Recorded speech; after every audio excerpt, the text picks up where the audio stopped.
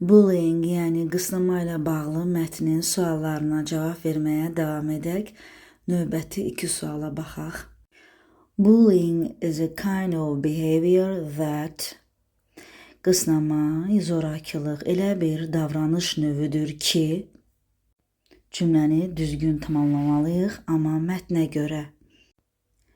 Bir də is considered very negative. Bəli, çox negativ qarşılanır, çox negativ hesab olunur, pis bir hərəkət kimi qarşılanır. Bəli, düzdür bir. Damages one's reputations. Bəli, hər hansı bir adamın şərəf və ləyaqətini zərbə endirə bilər, yəni pis təsir edə bilər. Can be social and verbal. Bəli, sosial və şifahi şəklində sözlə ola bilər. Can be hardly met at schools. Yəni nadir hallarda məktəblərdə bu qarşımıza çıxa bilər. Tamamilə yanlışdır. 3-ü düzgün gəlirdi. Bu artıq səhv oldu. Leads to understanding among people. İnsanlar arasında anlaşmaya səbəb olur, anlaşmaya doğru aparır. Tamamilə misunderstanding olmalıydı. Anlaşmamaya aparır. Düzgün cavab 1, 2, 3 B variantı. 27-ci suala özümüz cavab verməliyik. What measures can you advise if you notice bullying in your school? Yəni, sən əgər məktəbində qısnamanı, zorakılığı hiss etsən, görsən, hansı tədbirləri görmək məsləhət görürsən, hansı ölçüləri götürülməyini məsləhət görürsən, yəni nələr olmalıdır, nəyin olmasını məsləhət görərdin. Bunu öz sözünüzlə yazmalısınız, öz fikrinizi yazmalısınız. Write at least 3 sentences, ən azı 3 cümlədən ibarət olmalıdır. Və write the answer to the question by expressing your opinions according to the passage. Mətnə görə fikirlərimizi ifadə etməliyik. Burada təbii ki, cavablar fərqli ola bilər, amma eyni mövzunu əhatə etməlidir. Məsələn, belə deyə bilərik, siz də öz cavablarınızı şərh bölməsində yaza bilərsiniz. Məsələn, cavab belə ola bilər. I think və ya in my opinion, we can get help from the adults, from our teachers or parents.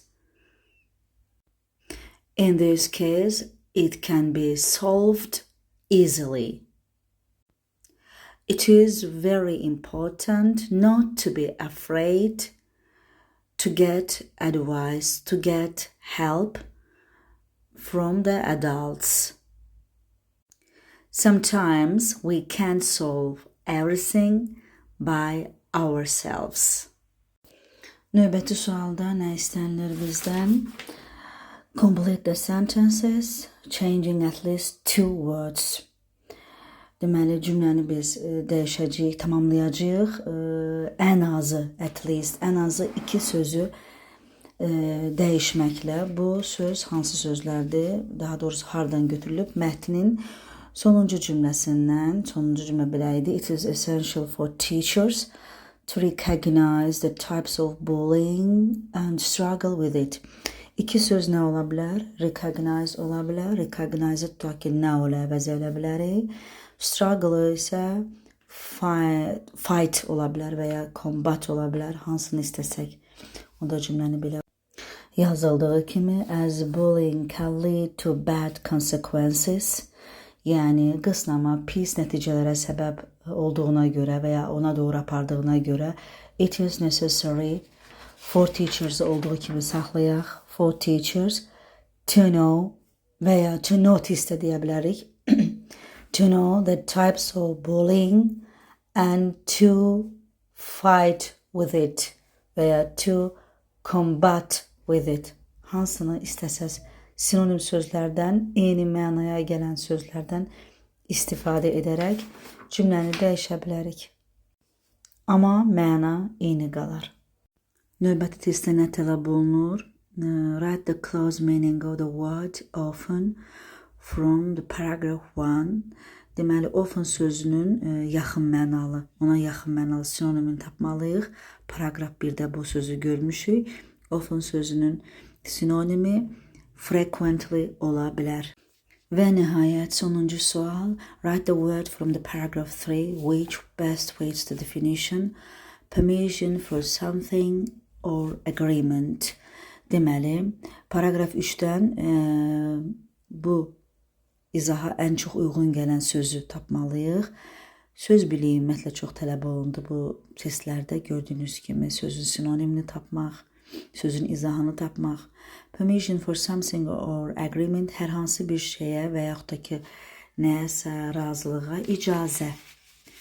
Razılaşma, icazə. Bu consent sözü ola bilər. Çünki 3-cü paraqrafda consent razılıq mənasında istifadə olunmuşdu. Xatırlayırsınızsa, baxa da bilərsiniz mətnə. Səhifəmdə paylaşılıb. Düzgün cavab consent.